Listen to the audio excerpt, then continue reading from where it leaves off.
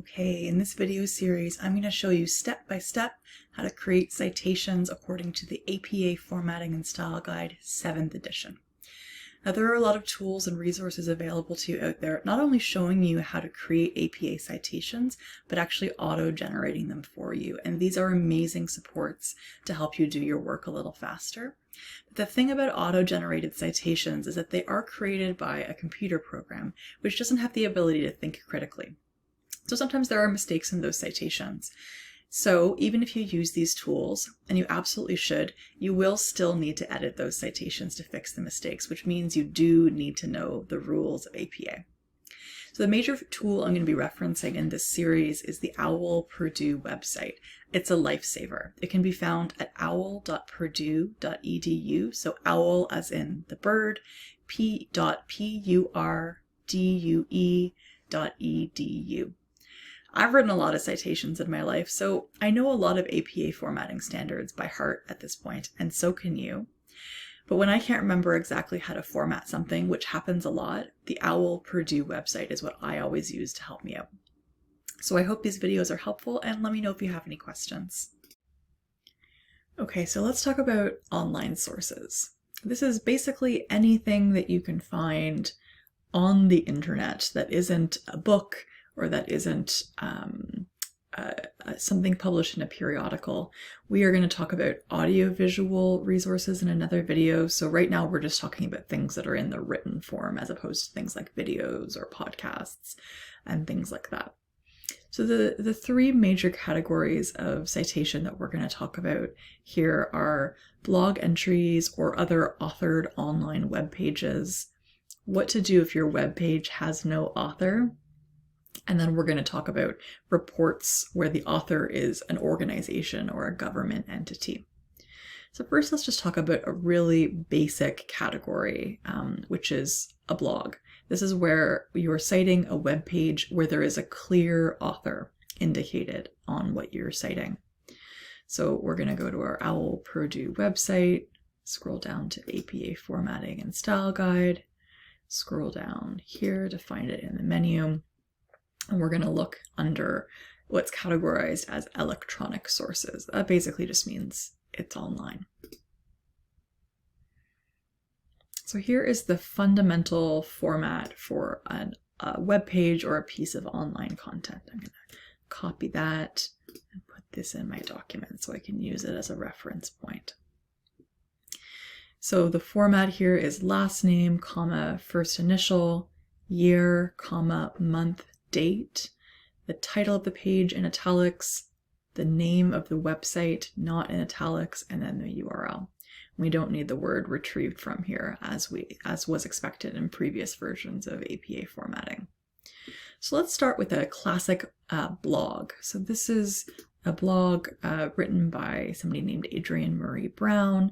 She keeps a personal blog on her website, and so I'm going to write her last name here, which is Adrienne Marie Brown doesn't capitalize the first letter of her name. So this is not the rule. This is an exception, but just to respect her preferences, we have, come on, respect her preferences, Microsoft Word, Brown, comma, Adrienne Marie. And then let's find out what the date was. So we have October 26th, 2021. So we go 2021, October 26, end bracket, period. The title of the post, I'm just going to copy so I can look at it here, is, we're going to put it in italics, not busy, focused, not busy, full, period. And then I believe the name of her website is Adrienne Marie Brown. Let's find out. Yep, Adrienne Marie Brown. So I'm going to capitalize that just so you can see what it looks like. And then all you do, wonder what the URL is of this specific post, because we don't want to just send people to her website. Here we go. And then we put the URL, hit space so that it's an actual clickable link, and there we are. We have a citation. So that's for a classic blog. Another version of that is like a post on a website that has lots of content, where there's like regular, whether journalistic content or humor content or thought pieces, opinion articles, and things like that. And so the website we're going to cite here is called The Narwhal, and the article we're going to cite is called A Crash Course in Doug Ford's Love-Hate Relationship with Electric Vehicles, written by Fatima Syed. So we're going to write the last name, Syed F. The date is December 15th, 2021. 2021, December 15th. The name of the article, I'm going to just copy and paste so that I can see it. In italics is A Crash Course in Doug Ford. And remember, I'm capitalizing Doug Ford because it's a proper noun. Love-hate relationship with electric vehicles. No, I don't need that anymore. And then we are going to put the site name. The site is The Narwhal, not in italics, but capital letters, The Narwhal, period. And then the URL. And that's my citation for that. What else can we do? So sometimes you will see an online web page and there's no clear author. There's no byline here. And so when that happens, we actually move the title of the article into the author slot. So we can see an example here.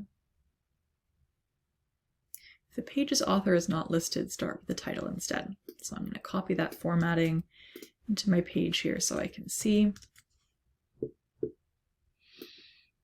I don't need that anymore. So we start with the title of the page. So the title of the page, this is a comedy piece on a website called The Reductress. So the title is italicized, How to Get into Rock Climbing, as if you don't have enough real life challenges to face. It's very big and I don't need it anymore. And then just like with the other piece, it's December 16th, 2021.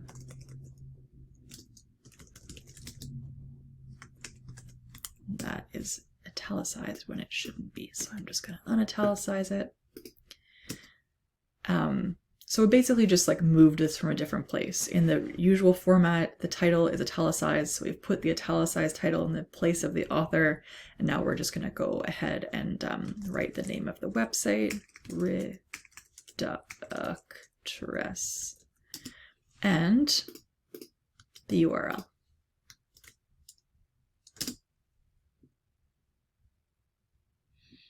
That shouldn't have a period at the end.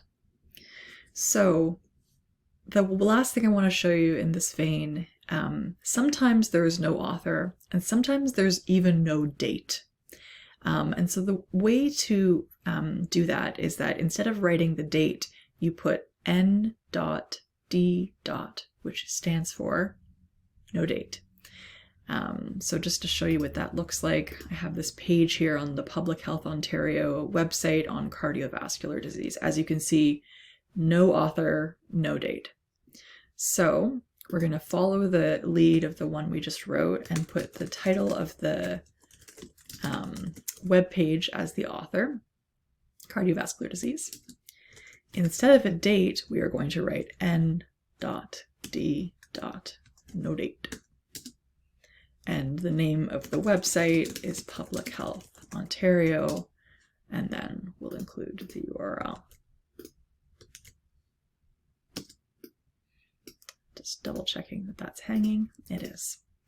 So those are just some examples of different kinds of web pages you might cite. Sometimes you have to get creative, but the OWL Purdue website actually has a lot of examples. So if you find yourself in a situation where you're like, oh no, there's a missing piece of information, often it'll give you suggestions of what exactly to do in that situation, so you don't have to figure it out. If you can't find it on OWL Purdue, try Google. Type in like how to cite something without this piece of information, and probably other people have run into the same situation as you, and they can give you some suggestions as to how to format that in APA formatting. So we've covered all of this already. The last kind of online citation that I want to talk to you about is a little bit different than what we've seen so far. And it's when the author of this online content is actually an organization or a government body. And the reason why this is a little bit different is because it follows the same format as earlier citations that we've written, but you want to make sure to make it clear that this piece is coming from this kind of organization. And the reason why that's important is because it helps the reader understand how to make sense of this information. If the article is published by the government, then I'm going to use my own personal perspective on whether to trust the government to make sense of this particular information. If it's published by an organization, then I have the information that I need to look into this organization more and figure out, like, is this something that I want to trust? If you cite what was written by an organization, if you cite just the person who wrote the report, sometimes that doesn't give us enough information to think critically about whether this source is trustworthy, whether this source is credible. So in order to cite a report that was authored by an organization, I find this under other print sources. Let's see if we can find this format. There's lots of different ways to cite things. Oh, here it is. Report by a government agency or other organization. So very, very similar to other kinds of citations. It's just that instead of author, we put the organization name. So this is an example. This is the calls to action that were published by the Truth and Reconciliation Commission of Canada. So I'm going to put this as the author. Truth and Reconciliation Commission of Canada as the author. Let's find the year. Usually it's on the second page or third. There it is, 2015. And then the title of the report is Truth and Reconciliation Commission of Canada. I've put this in capital letters because the Truth and Reconciliation Commission of Canada is a name of an organization, so it's a proper noun. But then I'm going to put this just with the first letter capitalized, calls to action. And then, as with all these other things, we have the URL. And we make this a hanging indent. So obviously there's a lot of really great and important resources online. And sometimes they're really easy to cite because all the information is right there. And sometimes you have to do a little bit more digging. As always, use your critical thinking skills to assess whether an online source is credible, using whatever way of assessing that is right according to your value system.